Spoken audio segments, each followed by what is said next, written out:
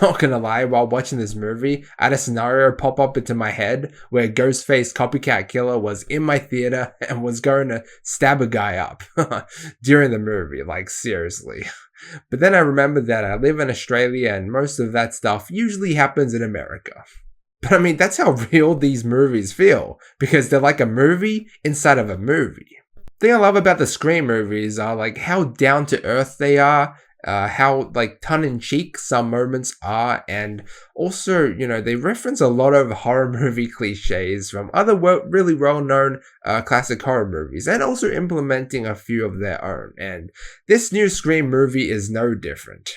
It follows the same formula from the past Scream movies. It still has the same mystery thriller whodunit vibe, but in a much darker package. They definitely upped the ante from the previous movie, and I feel like this might be the most gruesome and brutal Scream movie yet. And I say might be because I didn't rewatch all of the Scream movies coming into this one, unfortunately. I just didn't feel like I needed to. But man, it's really only been 1 year, a little bit over 1 year since the last Scream movie has came out. Damn, that feels pretty soon if you ask me. So this new Scream movie, titled Scream 6, follows the story of the previous Scream movie, where the remaining survivors start a new life out in New York City, hoping to put all the troubles and trauma in the past. Or so they thought. But oh, surprise, surprise, a new Ghostface appears and they have to try to survive the horrors once again. I have my phone on silent this time. Not going to be prepared to receive any calls during this recording session. Oh man. Check out my Scream 2022 review if you want to know more about that. Trust me, you're going to enjoy it. I don't even think anybody watched that review fully, and that saddens me because I tried really hard to be creative in that one. But anyway, even though Scream 6 follows the requel with the new set of protagonists, it still keeps the heart of the originals, by still keeping some of the legacy characters, referencing the older movies from time to time, and also introducing another legacy character into this movie, which was a pretty welcome sight. And the best thing about having recurring characters is that you learn to feel more for them. I loved Core 4, and I did get a bit antsy whenever something happened to one of them. Love the acting, love Jenna Ortega and the rest of the cast, and Chad as well. I liked him a lot, and you learn to love for these characters throughout, like, the last movie, the previous one, Scream 2022, it's just called Scream 2022. It's technically Scream 5, but it's just called Scream. Anyway, yeah, that one, the first requel, yeah, these characters, okay, I liked them. I learned to like him, and then in this movie, you learn to really like him. So, yeah, that's what I'm saying with the being with these characters for a long time, you learn to like him. And ultimately, I feel like this movie was much bigger than the last, and most of that has to be due with being in a big city now as opposed to a small town. The story was also a bit better and more elaborate, and it was far more gruesome. Much bloodier and more brutal, man. God. But on top of all that, all that slasher, in-your-face violence, a lot of parts in this movie made me feel a bit uneasy. Like, it was pretty suspenseful and had me on the edge of my seat.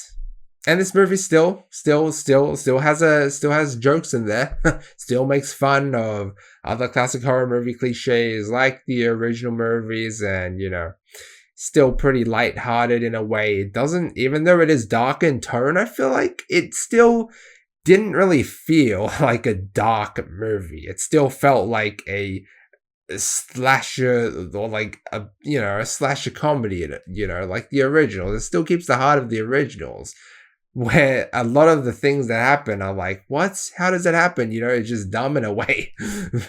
And I guess that aspect of it just makes it so that it doesn't feel as realistic, and it is still pretty funny. Or like a movie not to be taken too seriously, I guess. Even then, some moments of this movie were still a bit emotional, with the characters and the troubles and, talking about it and stuff like that. And also, for some reason, I still, even though there was a bit of comedy in this one, for some reason, I don't feel like I laughed as hard in this one compared to the last one. But maybe that's just me. I don't know. I just kind of felt that as soon as I exited this theater. But I mean, listen, all of that, put it to the side. It's all about Act 3, baby. Come on now. I had a fun time watching this one unfold as a classic whodunit because for the longest time throughout, I had no idea who the killer or killers were. I loved how very unpredictable this movie was and like how similar to the past Scream movies. Certain dialogue or like directing just it makes you believe one person is, a suspect, a prime suspect. It makes you believe, this guy's bad when in fact it twists it on you and it's actually not the case at all. I was kind of dumbstruck by the ending, but then again, I've never really been that good at figuring out, whodunits. But honestly, I feel like some people probably could have figured it out. Like, let me know how you felt, or if you could have figured it out, or if you figured it out, because towards the end, like, I was like, you know what, it does make sense. And I feel like some people, the ones who can see the details, the smaller details, more than other people, probably might have pieced it together, especially if they've watched the previous movie. And on that note, if you haven't watched the previous movies coming into this one, all of them, the originals, maybe not the TV show, I didn't watch the TV show, but the movies, then what the hell are you doing, dude?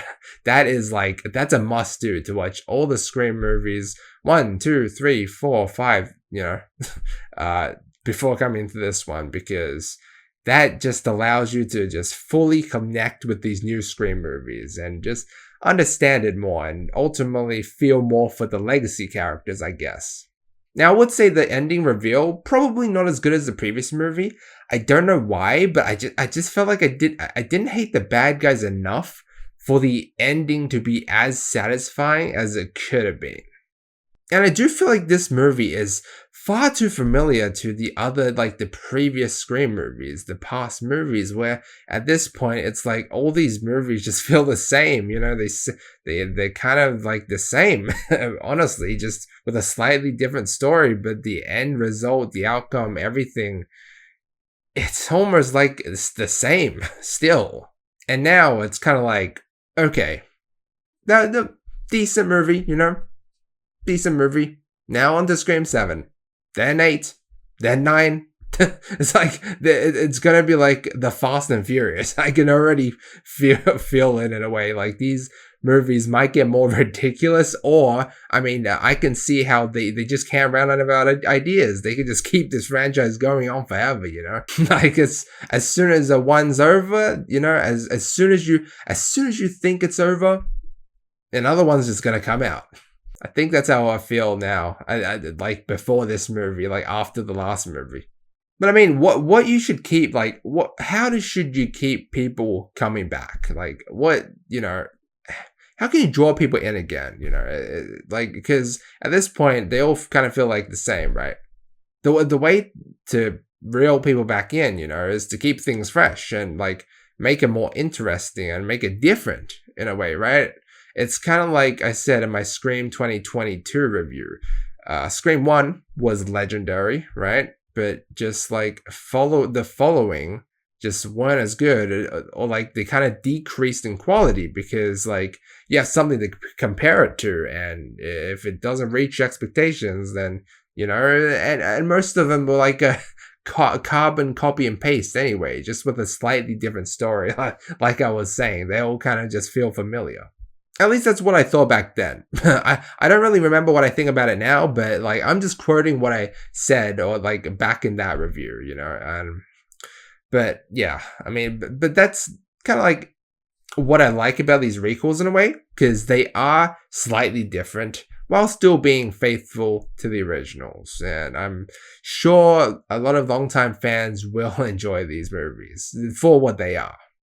And while this movie does feel too similar to past Scream movies and not that unique, I still had a fun ride, and the beginning was a really good opener.